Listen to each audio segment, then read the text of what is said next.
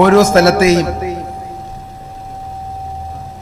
ആളുകളുടെ ജീവിത നിലവാരവും പെരുമാറ്റവും അവിടുത്തെ മൊത്തത്തിലുള്ള സാഹോദര്യവും ഉയർച്ചയുമൊക്കെ തീരുമാനിക്കുന്നത് അല്ലെങ്കിൽ അതിനൊക്കെ വലിയ പങ്ക് വഹിക്കുന്നത് അതാത് സ്ഥാപനങ്ങളിലെ അതാത് സ്ഥലങ്ങളിലെ വിദ്യാഭ്യാസ സ്ഥാപനങ്ങളാണ്.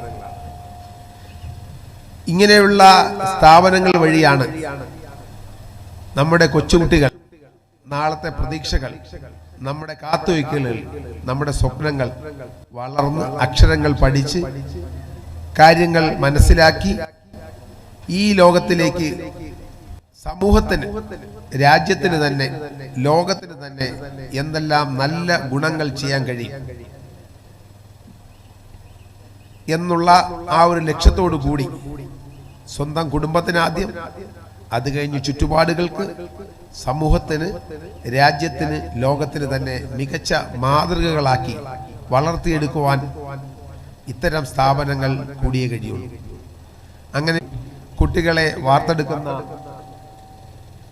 ദാറുൽ ഇർഷാദ് അക്കാഡമിയുടെ, ദാറുൽ ഇർഷാദ് ഇസ്ലാമിക് അക്കാഡമിയുടെ 9ാമത് വാർഷിക സമ്മേളനം വളരെയധികം വിപുലമായ പരിപാടികളോടുകൂടി സംഘടിപ്പിക്കുകയും ജനപങ്കാളിത്തത്തോടുകൂടി വിവിധ നാനാ തുറകളിലെ, വിവിധ മേഖലകളിലെ പ്രഗത്ഭന്മാരെ കൊണ്ടുവന്ന് കുട്ടികളെ പരിചയപ്പെടുത്തുകയും ഈ സ്ഥാപനത്തെക്കുറിച്ച് മറ്റുള്ളവർക്ക് അറിയിക്കുകയും ചെയ്ത് സമൂഹത്തിലെ നന്മയ്ക്കായി പ്രവർത്തിക്കാനായി, നന്മ മാത്രം ലക്ഷ്യമിട്ട് ജനങ്ങളെ നല്ല രീതിയിൽ റിഫോം ചെയ്ത് വിദ്യാഭ്യാസം വഴി, അറിവ് വഴി, ഇൽമു വഴി നല്ല മെച്ചപ്പെട്ട മിടുക്കരായ വിദ്യാർത്ഥികളായി മാറ്റുവാനുള്ള ഈ ശ്രമങ്ങൾക്ക് പിന്തുണ കൊടുക്കുന്ന, അല്ലെങ്കിൽ അതിനുവേണ്ടി എല്ലാമായി നിൽക്കുന്ന ഈ പണ്ഡിത ശ്രേഷ്ഠന്മാരെയും നാട്ടുകാരെയും ഇതിനുവേണ്ടി പ്രവർത്തിയെടുക്കുന്ന ഓരോരുത്തരെയും ഞാൻ പ്രത്യേകം അഭിനന്ദിക്കുകയാണ്.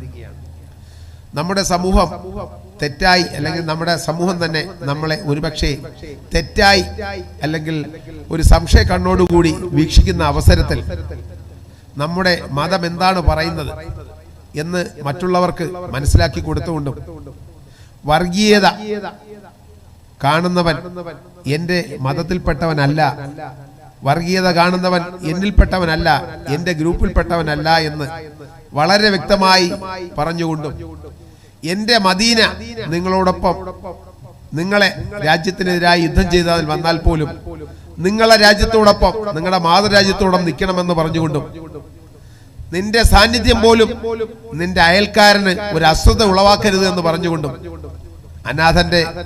അനാഥ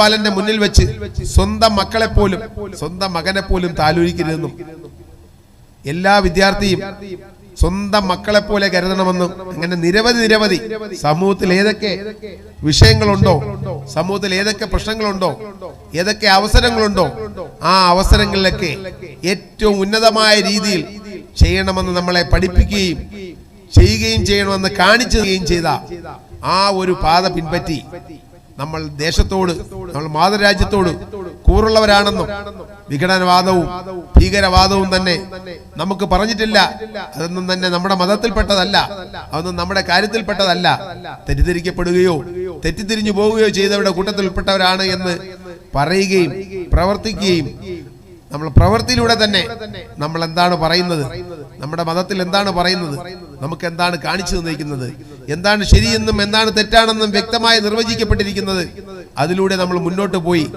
നമ്മുടെ മതത്തിന്റെ, നമ്മുടെ ആൾക്കാരുടെ, നമ്മുടെ സമൂഹത്തിന്റെ മൊത്തം കെട്ടുറപ്പായി കാവലാൾക്കാരായി മുന്നിൽ നിന്ന് നമ്മുടെ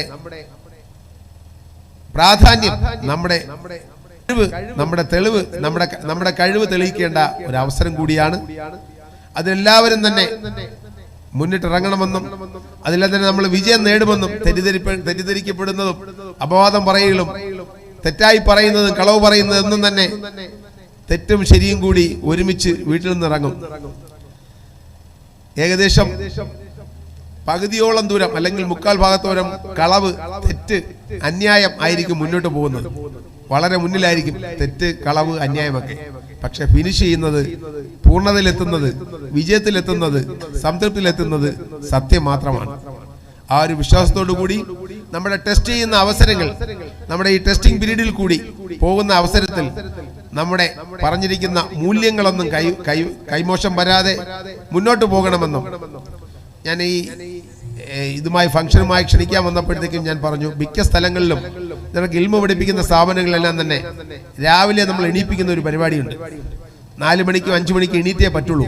അപ്പൊ കുട്ടികളെ രാവിലെ എണീക്കുന്നതാണ്. നമുക്ക് തന്നെ അറിയാം, നമ്മളെ വീട്ടിലെ കൊച്ചു കുഞ്ഞുങ്ങൾ തന്നെ രാവിലെ 5 മണിക്കും 6 മണിക്കും വിളിക്കുമ്പോൾ തന്നെ അവർ വളരെയധികം ബുദ്ധിമുട്ടിയാണ് എണീക്കുന്നത്. അപ്പൊ അതുകൊണ്ട് തന്നെ കുട്ടികളെ നേരത്തെ കിടത്തി അവർക്ക് എന്തായാലും 8 മണിക്കൂറെങ്കിലും ഉറക്കം വേണം. 6 മുതൽ 8 മണിക്കൂർ ഉറക്കം വേണം.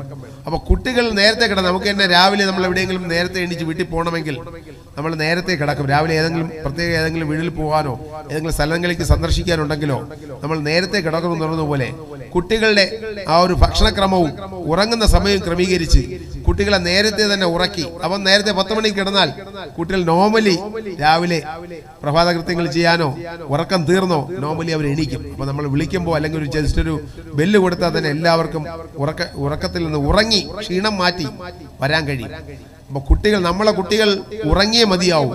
ഉണർന്നിരിക്കാനായി, ഓജസ്സോടെ ഉണർന്നിരിക്കാനായി, പകൽ നല്ല രീതിയിൽ പഠിക്കാനായി, വിദ്യാഭ്യാസം 2 രീതിയിലുള്ള വിദ്യാഭ്യാസവും നല്ല രീതിയിൽ പൂർണ്ണ മനസ്സോടുകൂടി ഊർജ്ജസ്വലരായിരുന്ന് അത് പഠിക്കുവാനും അത് മനസ്സിലിരുത്തുവാനും വിജയങ്ങളിൽ നിന്ന് വിജയങ്ങളിലേക്ക് പോകുവാനായി കുട്ടികളെ ഭക്ഷണക്രമങ്ങൾ ക്രമീകരിച്ച് നേരത്തെ തന്നെ കിടത്തി ഉറക്കി രാവിലെ തന്നെ വിളിക്കാനും, അങ്ങനെ ആകുമ്പോൾ കുട്ടികളൊന്നും തന്നെ ഈ ഒരു ബുദ്ധിമുട്ടിൽ നിന്ന് രക്ഷപ്പെടാനോ ചിലപ്പോൾ ചില സ്ഥലങ്ങളിലൊക്കെ കുട്ടികൾ ഇറങ്ങിപ്പോകുന്ന അല്ലെങ്കിൽ മതിയാക്കി പോകുന്ന അവസരങ്ങളൊക്കെ ഉണ്ടാവും.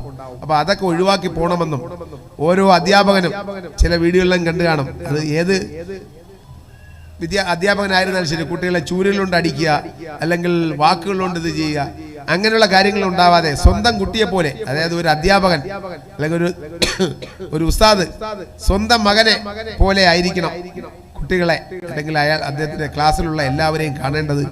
ആ രീതിയിൽ നമ്മുടെ കുട്ടികൾക്ക് നമ്മൾ എന്തെല്ലാം സൗകര്യങ്ങൾ കൊടുക്കുന്നു, നമ്മൾ എന്തെല്ലാം ഇരിക്കാനും പഠിക്കാനും കിടക്കാനും എന്തൊക്കെ സൗകര്യങ്ങൾ കൊടുക്കുന്നു, അതേപോലുള്ള സൗകര്യങ്ങൾ നമ്മൾ ഉൾപ്പെടുന്ന സമൂഹം ഇതിനു വേണ്ടി വന്ന, അതായത് മാതാപിതാക്കളെയൊക്കെ വിട്ടു നിന്ന് പ്രത്യേകം ബോർഡിംഗ് സ്റ്റൈലിൽ പഠിപ്പിക്കുന്ന അവസരത്തിൽ അവർക്ക് വേണ്ട എല്ലാ സൗകര്യങ്ങളും ഒരുക്കി കൊടുക്കണമെന്നും അത് നമ്മുടെ കർത്തവ്യമാണെന്നും അത് കടമയാണെന്നും അതിൽ നമ്മൾ പിന്നോട്ട് പോവുകയാണെങ്കിൽ അതിന്റെ പേരിൽ തന്നെ നമ്മൾക്ക് പിന്നീട് ആ ഒരു ചോദ്യത്തിന് ആ ഒരു ഉത്തരം കൊടുക്കേണ്ടി വരുമെന്നും, അങ്ങനെ വരാത്ത രീതിയിൽ കുട്ടികൾക്ക് മെച്ചപ്പെട്ട സൗകര്യങ്ങൾ കൊടുത്ത് അവസരങ്ങൾ കൊടുത്ത് ആ നല്ല രീതിയിൽ മുന്നോട്ട് വരണമെന്നും, ഇതേപോലുള്ള സ്കൂളിലും മദ്രസയിലും ഒക്കെ പോയി പഠിച്ചാണ് ഇതേപോലെ ഞാൻ ഇവിടെ കണിയാപുരം എന്ന് പറയുന്ന ഇവിടെ വളരെ ദൂരത്തല്ലാത്ത സ്ഥലത്ത് രാവിലെ മദ്രസയിലും പോയി. അത് കഴിഞ്ഞ് അന്നൊക്കെ 9:30 സ്കൂള്. അപ്പൊ രാവിലെ സുബൈ നമസ്കരിച്ചിട്ട് ഉസ്താദ് വരും, ഞങ്ങളും അത് കഴിഞ്ഞിട്ട് ക്ലാസ്സിലേക്ക് പോകും. രാവിലെ തന്നെ ലൈറ്റ് ഇട്ട മദ്രസ തുടങ്ങുന്നതൊക്കെയാണ്. അവിടെ കണിയാപുരം